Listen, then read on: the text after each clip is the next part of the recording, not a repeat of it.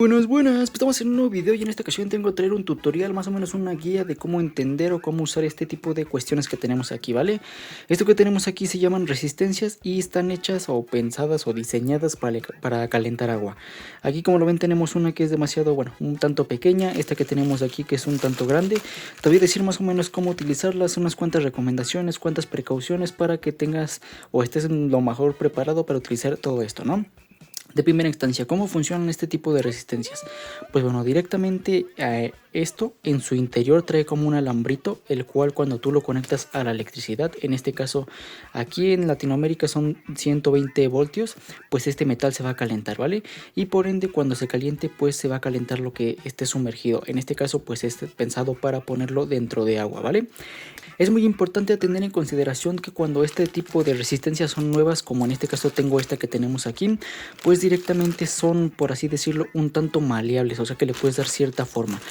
Por si esto no cabe directamente en tu bote o en tu cubeta donde lo vayas a poner, pues puedes darle cierta forma. Igual no lo puedes doblar así al 100% ni darle un jalón fuerte porque esto se va a romper y pues si se rompe pues ya no va a funcionar, ¿no? Y tendrías que comprar otra. Darle ciertos ángulos como por ejemplo una C o una U, etcétera, ¿no? Pero debe de tener cierta forma de que quepa en tu bote de forma correcta. Ahí te voy a decir más o menos cuál es la forma correcta, cuál es la forma no correcta, etcétera, ¿vale? El agua que calientes con este tipo de resistencias es muy importante que no sea pues para consumo humano. ¿A qué hace referencia pues esto? A que no sea para beber o tomar esta agua. Esta agua pues tal cual cuando la calientas es muy importante que solamente se utilice para bañar o para lavar, ¿vale? Porque este tipo de metales con los que están hechos, pues con el paso del tiempo van liberando este tipo de metal y pues si tú te lo tomas supuestamente cuando utilizas este tipo de resistencias para calentar agua y te tomas café o algo, pues te estás bebiendo el metal que se le desprende a este tipo de resistencias y por lo tanto te estarías envenenando tal cual o literalmente, ¿vale?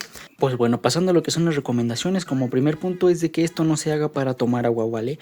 Como te digo, solamente es para calentar agua para bañarse o para lavar, ¿vale? También es muy importante y a tener en consideración que no utilices extensiones, ya sean pues de las comerciales o de las más básicas o de las más baratas. Lo recomendable es tal cual conectarlo a lo que es el tomacorriente de la pared o de, pues sí, pues de la pared, ¿no?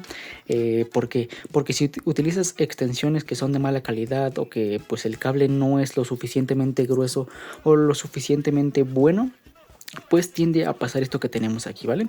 Yo aquí conectaba lo que era una resistencia, pero conforme paso del tiempo, este tipo de metales que son donde va conectada pues a la pared, se van derritiendo porque no soportan toda esa potencia que necesita una resistencia. Déjame te muestro otro apartado.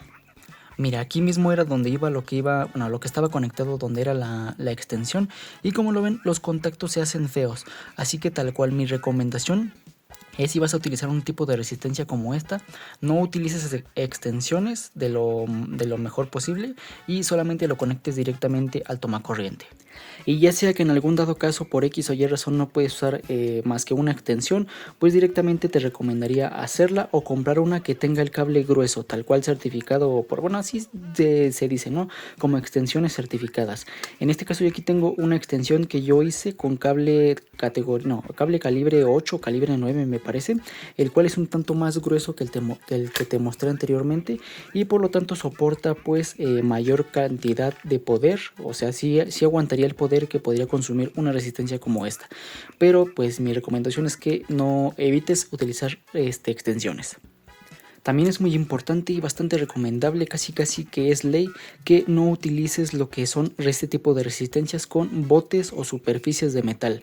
¿Por qué? Porque al momento de que esto está conectado, pues puede generar un cierto campo eléctrico y por lo tanto si tú estás introduciendo una resistencia en un bote de metal o un bote metálico, al momento de que vaya alguien a agarrarlo o a acercar la mano para ver si ya está caliente el agua, pues esto mismo tienes la posibilidad de que te dé una descarga eléctrica, pero pues lo más recomendable es ponerlo en una cubeta de plástico, de lo más recomendable es una cubeta de plástico.